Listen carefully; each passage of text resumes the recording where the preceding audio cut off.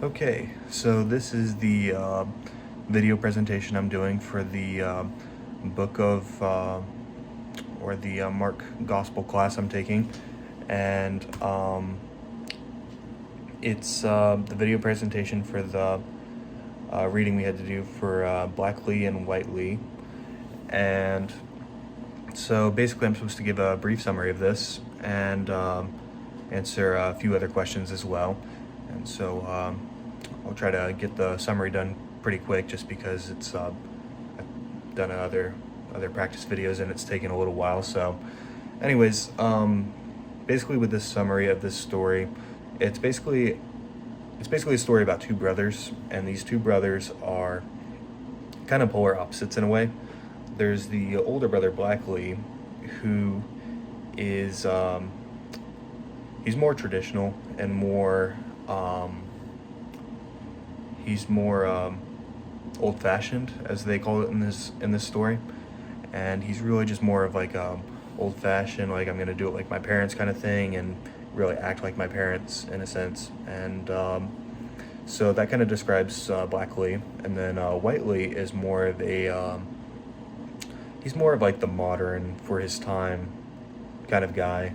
Like he kind of just I would say like kind of like the average guy you would find in that time, and really did it that way, and his way of life was like that. And so anyways, this story really goes into talking about their character, and really just it really dives into like who they are, and like what type of character they have. And so it talks about White Lee, and he's really more of like I said, old-fashioned, but he's also a kind, caring guy, and you can really see that. And I almost get the sense that he has like innocence in a way. Like he really seems like just like an innocent soul. And so that's like how I look at Black Lee. Little notification there, get rid of that. And then there's White Lee, who's more of, he really kind of seems like a jerk in a way. Stupid notifications. He kind of seems like a jerk, just from what I see from it. Like he really just, he doesn't want to have anything to do with his family anymore at some point, and he, just wants to do his own thing, wants to go along in life and do his own thing, which, it's good, but at the same time, I think that the family aspect should always be something that people should strive for. So from my personal perspective, I looked at him as kind of a jerk as a character.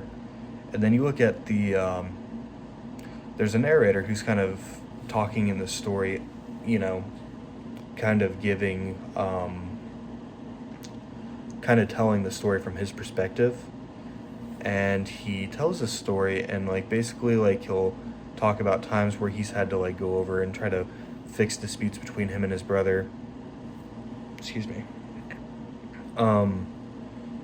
And so, excuse me. Sorry about that. Reflux. So basically, yeah, he talks things through with them, and tries to resolve things as the best he can. And to make a long story short, he is kind of the mediator between them.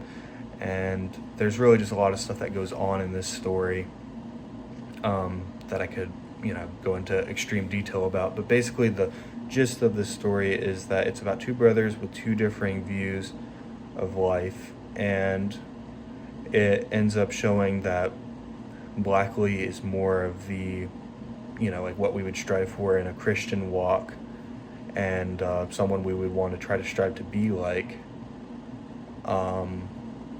But you also look at White Lee, and White Lee is more of a, he's more of a, like what you don't want to be.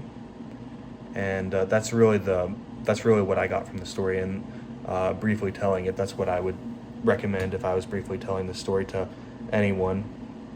But a very good story, and really happy that Professor Martindale gave us this story to read. So let's see.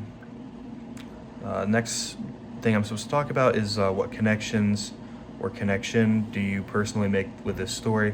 So if I were to connect it personally, like in my life, Something I would look at is like just really trying to help people out. Like I feel like I kind of relate with the narrator in a way. Like I'm always trying to help people, and not trying to say that pridefully or anything, but I always try to help people and just try to help them get through these situations. And if they have disputes among their family or things of that sort, I like to try to help them out with that and make sure that's good. But if we're making connections for how this relates with Mark, I would say that the connection here would be in the writing style. You can see that the narrator really has this writing style where he's telling from his perspective rather than just telling a story that he heard. Like he's actually like telling like his experience in that situation. So I would say that's kind of a connection there, because Mark, in the book of Mark, in the Gospels, talks about things from more of like from his point of view in that time. And you know, there's some story in it and stuff, and I don't want to take that away from it. But yeah, so you know, I could see the writing styles both being the same, and you know, how they tell it and how they write it being the same, like in how they do it. Not exactly the same story, but you know, just their way of approaching telling the story, I could see is kind of the same.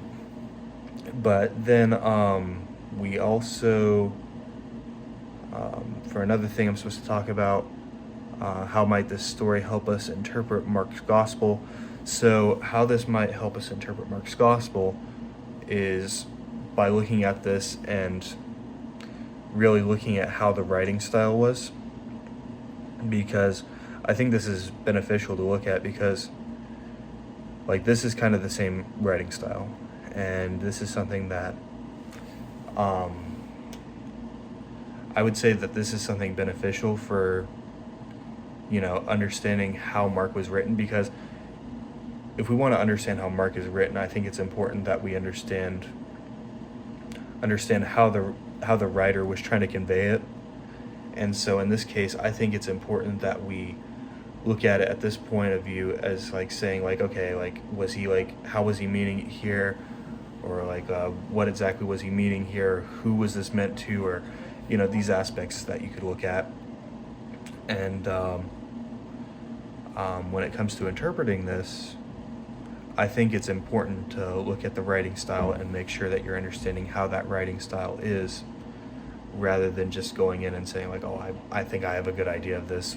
I think you have to really kind of read different writing styles and get an understanding of different writing styles, and then go in and say like, okay, I've read these different writing styles, and this is how, like this is the one that follows closely to what I've been reading from other writers.